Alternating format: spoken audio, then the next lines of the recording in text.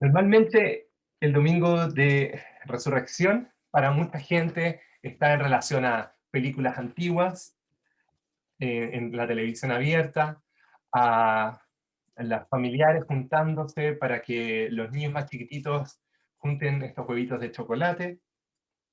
Y claro, mucha gente va a algunas ceremonias religiosas, dependiendo de qué iglesia tengan, o saludan a la familia por teléfono, sienten que hay algo especial. Pero este domingo, como yo les decía, es el domingo más especial. Es el domingo más especial.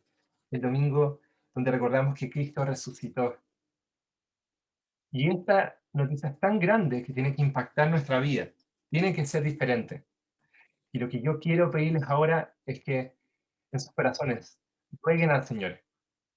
Rueguen al Señor. Para que ustedes no sean los mismos o no tengan la misma actitud ante la resurrección que han tenido hasta ahora, sino que tengan una renovada, que tengan una que les permita servir al Señor con mayor fuerza, para que les permita trabajar con más ánimo, como veíamos en la liturgia, para que podamos vivir para Cristo. Y el mensaje que tengo preparado para ustedes hoy es: Jesús ha resucitado. ¿Y ahora qué? ¿Y ahora qué? Y vamos a estar viendo Lucas 24, versículos 44 al 53. Quiero pedirles, amigos, que por favor tengan su Biblia abierta. Yo voy a estar proyectando parte del pasaje, pero si ustedes quieren ver el pasaje completo, tengan sus Biblias abiertas junto con el computador, junto con el celular. Ténganlo ahí para que puedan ir revisando, ir viendo todo. Bueno, vamos a estar viendo el mensaje así. Voy a hablarles un poquito de la introducción de este pasaje y ver cómo, pucha, mucho de lo que tal vez sentía la gente en el tiempo, digamos, en el día anterior a la resurrección, tiene mucho que ver con lo que sentimos ahora. Algo como lo que vimos en la reflexión que les mandaba en estos días por audio. Pero también vamos a ver cómo nosotros somos testigos de que Jesús lo había prometido y cómo el hecho increíble de su resurrección nos hace a nosotros, sus discípulos, testigos de sus palabras, testigos de sus obras. Así que vamos a estar viendo eso. Así que vamos a ver ahora un poquito del contexto del pasaje de Lucas 44-53. Si ustedes abren sus Biblias y ustedes ven, por ejemplo, no sé si tienen una versión Reina Valera y una Biblia de las Américas, una NBI, van a ver que el pasaje, digamos, comienza un poquito antes. Parte por ahí por el versículo 36. Y es que Jesús ya había resucitado. Antes del versículo 36 se había aparecido a unos discípulos que iban camino a Emaús. Había hecho básicamente lo que va a hacer en los versículos que ustedes tienen en pantalla, 36 al 43, con los 12 apóstoles, digamos, con los 11. Que va a ser hablarles profundamente a sus temores y mostrarles que les falta entendimiento, que ellos necesitan entender y les va a explicar, les va a explicar. Pero él se aparece luego, en particular, a los apóstoles que estaban reunidos y él los saluda. Y él les pasa algo muy raro aquí, porque ellos habían escuchado de las mujeres, habían escuchado de estos discípulos que iban a Emaús que Jesús había resucitado, pero no creían, no tenían, eh, estaban incrédulos al respecto de esto. Pero de repente el Señor aparece entre ellos. Y eso, aparece. Eso ya es sumamente increíble. Y eso ya debería ser asombroso, ver a su Señor ahí al frente, aparecer de la nada. eh, Jesús le da más evidencia de quién era. Jesús en estos versículos les dice: oye, ¿por qué están pensando? ¿Por qué están dudando? Les está mostrando cómo él conocía sus pensamientos. Además de eso, Jesús les dice: miren mis manos y mis pies. Soy yo. Soy yo, Cristo, o sea, Jesús, que fui crucificado. Vean la evidencia. Si quieren, pueden tocar, ¿cierto? Mis manos y mis pies han sido traspasados. Su costado había sido cortado también. Y luego de eso, como para que no piensen, oye, esto es, no es una imagen, es un fantasma, come, come junto con ellos. Miren el amor del Señor, que va a ser lo que nosotros vamos a ver en el pasaje de hoy, pero miren el amor del Señor preparando a los discípulos para aceptar algo que les parece muy grande y difícil de entender, porque la resurrección de Cristo es algo difícil de entender. Es un hecho simple en información, pero es difícil para nosotros comprender eso. Y eso era difícil en el siglo primero y es difícil el día de hoy. Es algo difícil de asimilar. Mire lo curioso que pasa en nuestro tiempo. Que es más fácil hacer creer a nuestros niños que un conejo pone huevos de chocolate, que pensar que el creador de todo, el Dios eterno, enviaría al Hijo. Vendría él mismo a morir por nuestros pecados y vencería la muerte. Pero es difícil de asimilar incluso para nosotros. Mucho de lo que vamos a hablar hoy día tiene que ver con eso. Tiene que ver con realmente hemos entendido qué significa que Jesucristo haya resucitado. Así que Cristo muestra amor, les da evidencia, les muestra y entonces les enseña. Y lo que hace es decirle, oigan, ustedes son testigos de que les dije. Y esto lo vamos a ver en los versículos 44 al 46. Estos versículos dicen lo siguiente, voy a leer la palabra del Señor. Y les dijo, estas son las palabras que os hablé, estando aún con vosotros, que era necesario que se cumpliese todo, todo lo que estaba escrito de mí en la ley de Moisés, en los profetas y en los salmos. Entonces les abrió el entendimiento para que comprendiesen las escrituras. Y les dijo, así está escrito, y así fue necesario que el Cristo padeciese y resucitase de los muertos al tercer día. Y las palabras de Jesús continúan, pero quiero detenerme aquí para hablar un poco sobre lo increíble del mensaje que Jesús está predicándole a sus discípulos aquí. Les dice en otras palabras, oigan, yo se los dije, yo les dije que esto iba a pasar, yo les dije que estaba profetizado de mí. Ustedes tienen la evidencia, tienen el testimonio de Moisés, de los profetas y de los salmos, diciendo que entonces el Hijo del Hombre debía padecer, morir, y al tercer día resucitaría. Esto es lo que les he anunciado desde el principio. Este es el mensaje de que el reino se ha acercado. Yo se los dije, yo se los dije. Y para que tú me creas que estás escuchando, Mateo 12:40 dice, em, como estuvo Jonás en el vientre del gran pez 3 días y noches, así estará el Hijo del Hombre en el corazón de la tierra 3 días y 3 noches. Palabras de Jesús. Jesús les dijo a todos, anunció por lo menos 3 veces su muerte, anunció su resurrección, anunció que iba a estar 3 días. Y esto no era nuevo. Eso solamente era una evidencia para que la gente del pueblo de Israel entendiera que él era el Mesías. Pero ya había sido profetizado.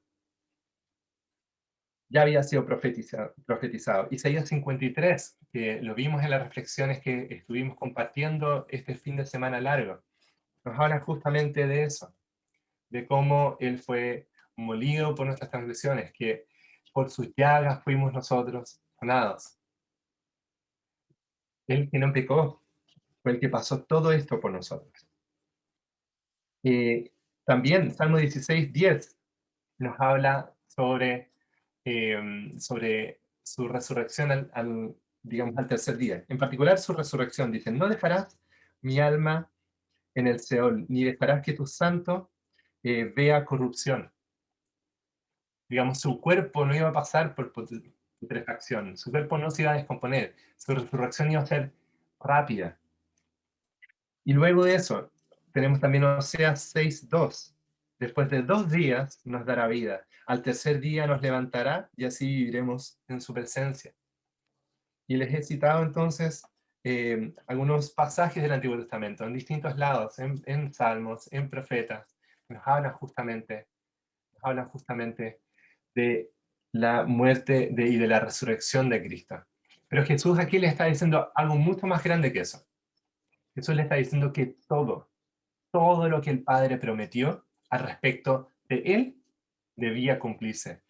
Es que Dios decretó cómo debía vivir su Hijo cuando estuvo entre nosotros.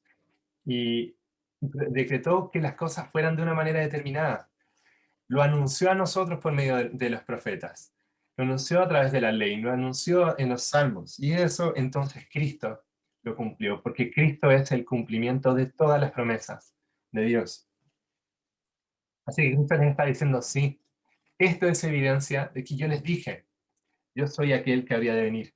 La duda que algunos discípulos tenían, que se habían desesperanzado entre el día viernes y el día sábado, fue disipada completamente cuando Cristo se les apareció, cuando Cristo se levantó de la tumba.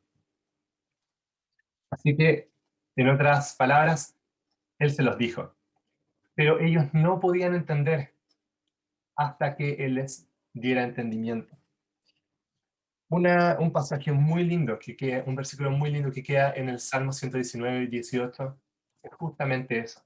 Es en lo que toda persona del pueblo de Israel, y también nosotros debemos pedir constantemente, abre mis ojos para que vea la maravilla de tu ley. Lo que Cristo hace con sus discípulos aquí es exactamente eso. Les da entendimiento, les hace entender las escrituras, abre las escrituras para ellos, para que entiendan, para que tengan comprensión de lo que está pasando. Este momento es un momento central en toda la historia del ser humano. Está pasando frente a ellos. Un grupo de judíos pequeños en medio de un puntito en el mundo. Un lugar que resultó ser el más importante en la historia, porque ahí nació el Salvador, ahí murió el Salvador, ahí resucitó el Salvador. Así que Él les dijo, esto estaba escrito, era necesario, la voluntad del Padre debía hacerse. Así que yo debía morir, yo debía resucitar al tercer día. Pero también les dice que van a ser testigos de aquello que les he dicho y de aquello de lo que les estoy diciendo ahora, el mensaje de salvación. Ustedes van a ser testigos. Versículo 47 en adelante, hasta el 49, dice, y que se predicase en su nombre el arrepentimiento y el perdón de pecados en todas las naciones, comenzando desde Jerusalén. Y vosotros sois testigos de estas cosas. He aquí, yo enviaré la promesa de mi Padre sobre vosotros, pero quedaos vosotros en la ciudad de Jerusalén hasta que seáis investidos de poder desde lo alto. Y les dice, digamos la otra patita, si en el versículo anterior habla sobre su obra, digamos, de muerte y de resurrección, aquí habla de su obra por medio de ellos, la predicación de el arrepentimiento y el perdón de pecados en el nombre de Jesucristo. Debía hacerse ahora. Él estaba proclamando que comenzaría el mensaje de salvación a anunciarse en todo el mundo. Pero eso no es nuevo. Justamente todo lo que el Señor había dicho debía hacerse. Todo lo que el Padre que Dios había anunciado por medio de los profetas debía hacerse. Y de que se predicase en el nombre del Señor, del Salvador, era algo que nosotros podemos ver en Isaías 43, en Isaías 44. En Isaías 43, 10 y en Isaías 44, 8, tiene esta misma expresión. Vosotros sois mis testigos. Y a mí me parece increíble que el versículo 48 aquí Jesús dice lo mismo. Y vosotros sois testigos de estas cosas. Así que les dice, ustedes son los que van a ser encomendados para esta increíble obra, esta tarea que parece titánica, enorme. Son ustedes, son ustedes. Amigos, quiero leerles una sección de Isaías 66, que a mí me encanta.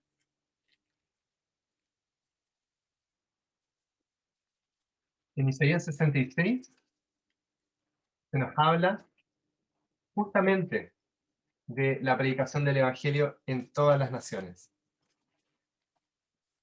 Voy a leer desde el versículo 18 en adelante. Dice, porque yo conozco sus obras y sus pensamientos.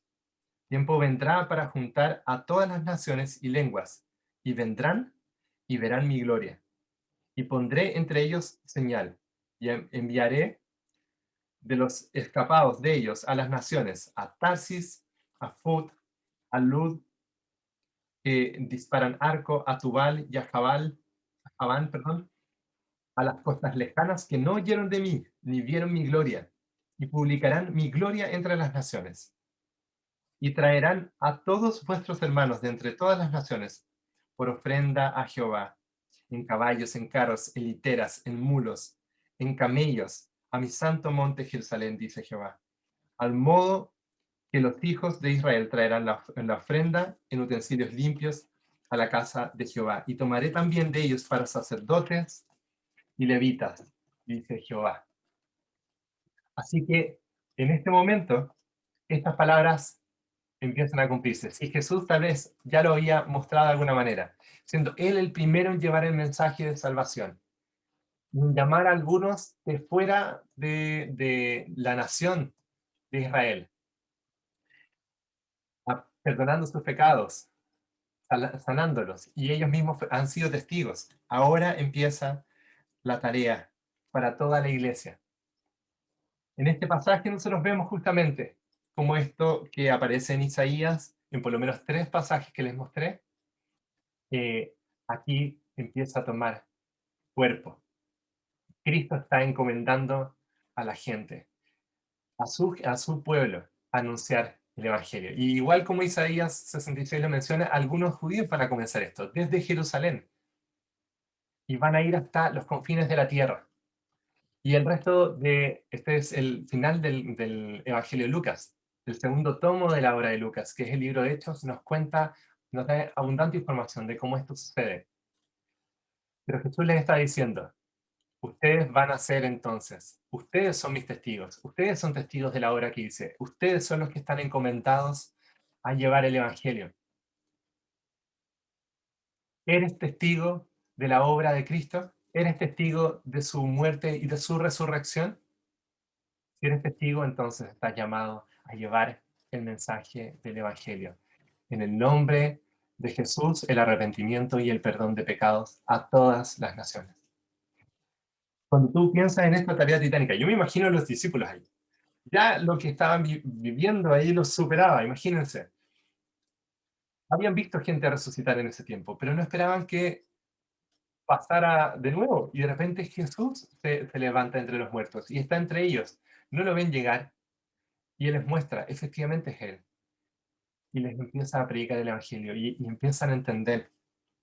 Pero aún así la pregunta está, ¿vamos a poder hacer esto? ¿Seremos capacitados para hacerlo? ¿Cuándo debemos comenzar?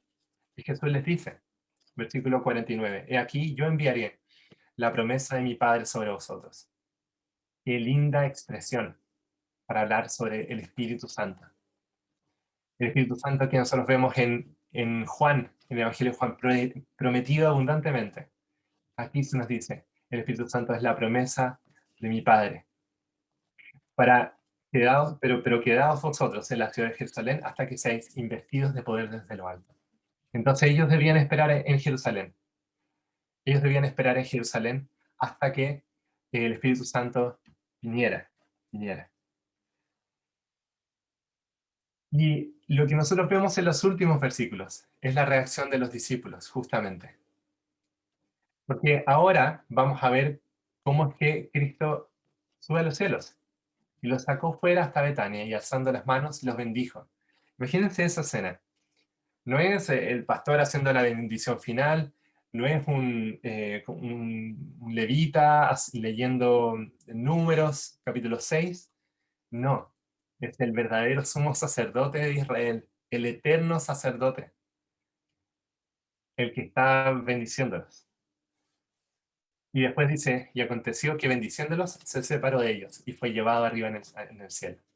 Y ellos, después de haberle adorado, volvieron a Jerusalén con gran gozo y estaban siempre en el templo alabando y bendiciendo a Dios. Fíjense las reacciones de los discípulos a entender la obra del Evangelio. ¿Qué hacen? Adoran a Cristo, lo reconocen a Él como el Salvador En su corazón hay gozo y hay una obediencia a sus palabras. Ellos van a Jerusalén y continúan entonces yendo al templo a alabar y a bendecir a Dios. El templo era el lugar de reunión no solamente para sacrificios, era el lugar de reunión también para el pueblo, para adorar a Dios, para orar a Él. Había puntos y lugares en el templo donde todo el pueblo se reunía a orar. Y la iglesia, desde un principio, siempre encontró ese lugar como un lugar para adorar a Dios, para orar. Ellos siguieron su vida esperando que el momento llegara. Y ese momento llegó. Nosotros vemos en Hechos 2 cómo el Espíritu Santo llega y los equipa poderosamente. Y aquellos que estamos en Cristo Jesús, hemos sido equipados por el Espíritu Santo, hemos sido transformados. Él ha aplicado la redención del Señor a nosotros. Gracias, Señor, por el Espíritu Santo prometido, que nos habla de Cristo. Amigos, y la pregunta que tengo ahora es, ¿y ahora qué? Sí, hemos visto uno de los relatos sobre la resurrección del Señor.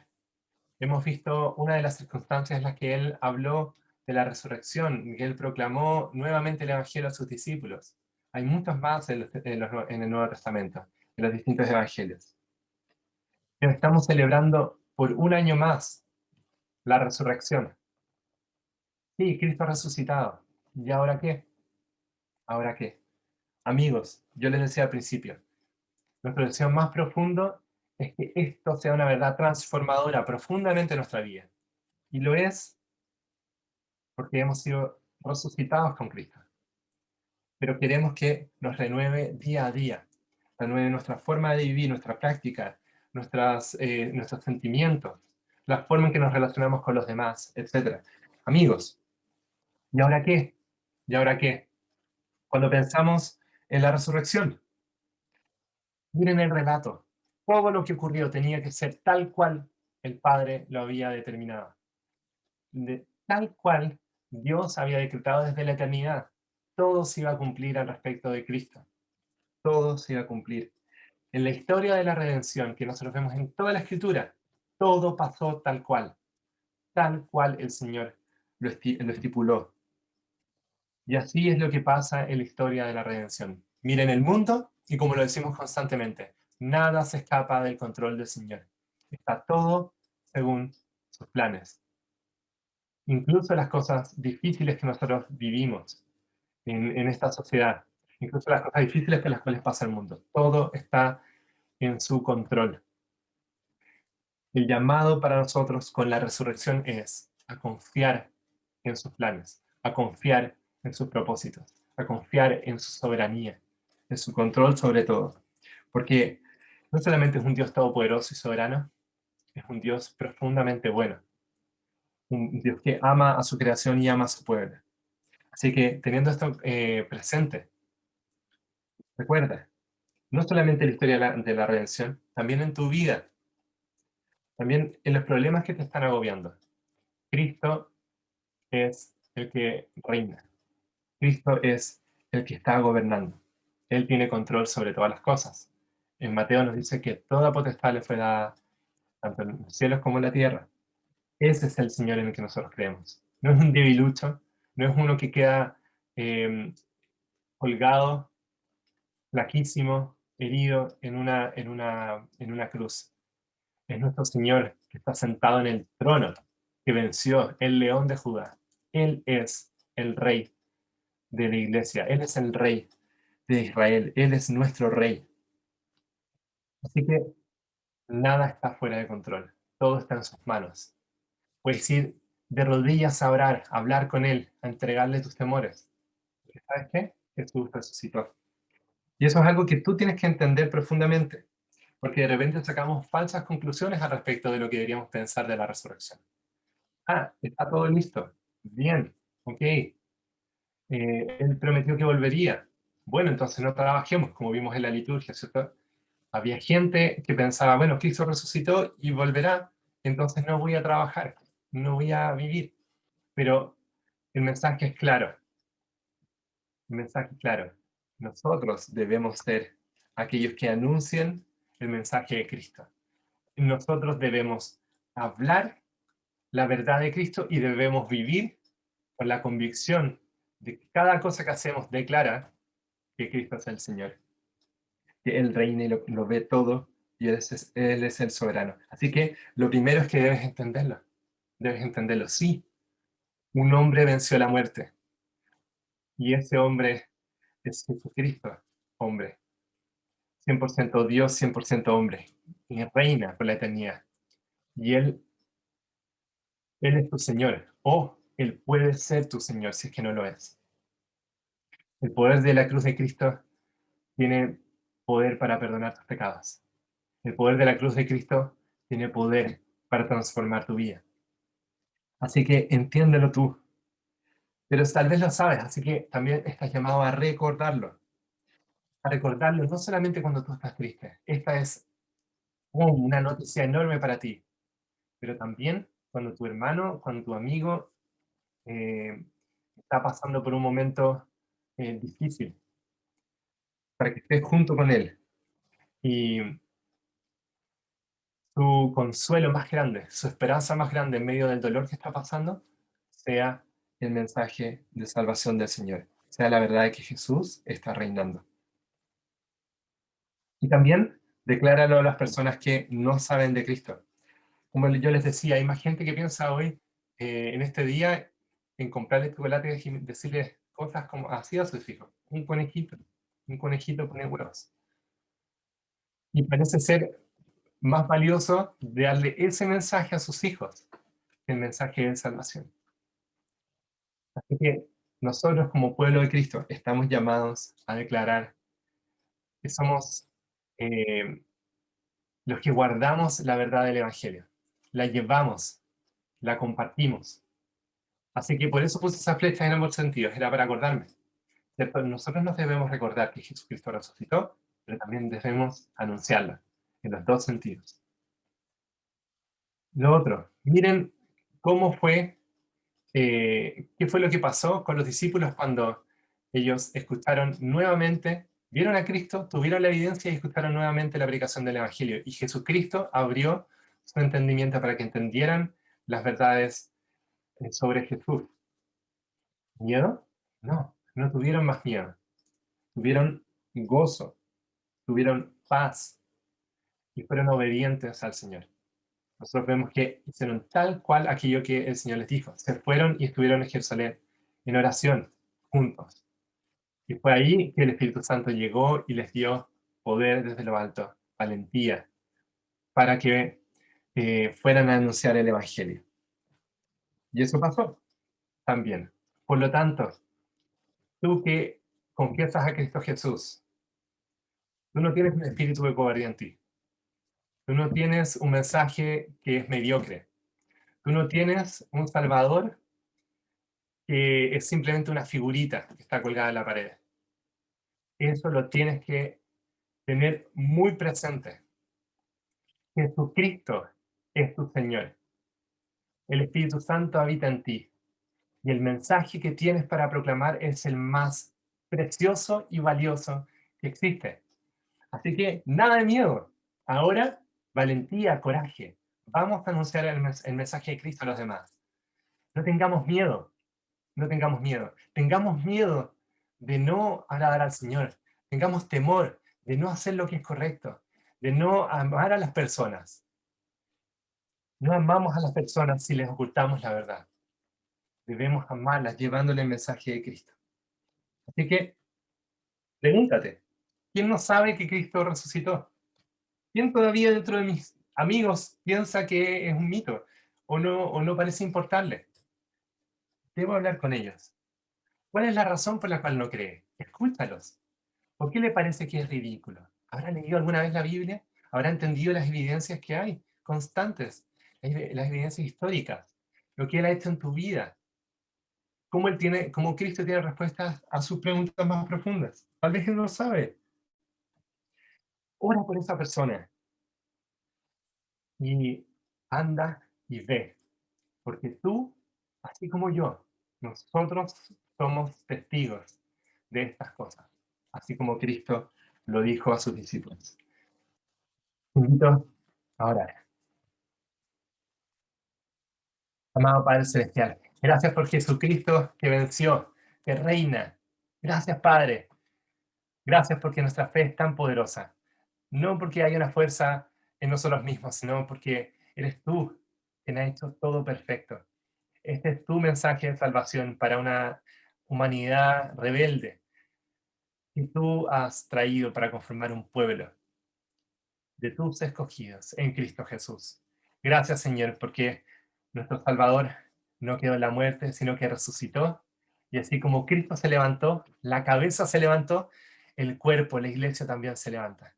Ayúdanos, Señor, también a hoy, a levantarnos en la proclamación, a llevar a Cristo a los demás, a vivir conscientes de que no es lo mismo, no es lo mismo un día antes de tener claro que Cristo resucitó. Ahora que lo sabemos, Señor, la vida cambia. Ahora que somos tus hijos, la vida es diferente. Ayúdanos a vivir para ti, Señor. No nos dejes en una actitud estática, inmóvil. Ayúdanos a ir. Por favor, te pedimos, Señor. Haz que podamos tener el mismo gozo, la misma paz, al entender estas verdades profundas del Evangelio.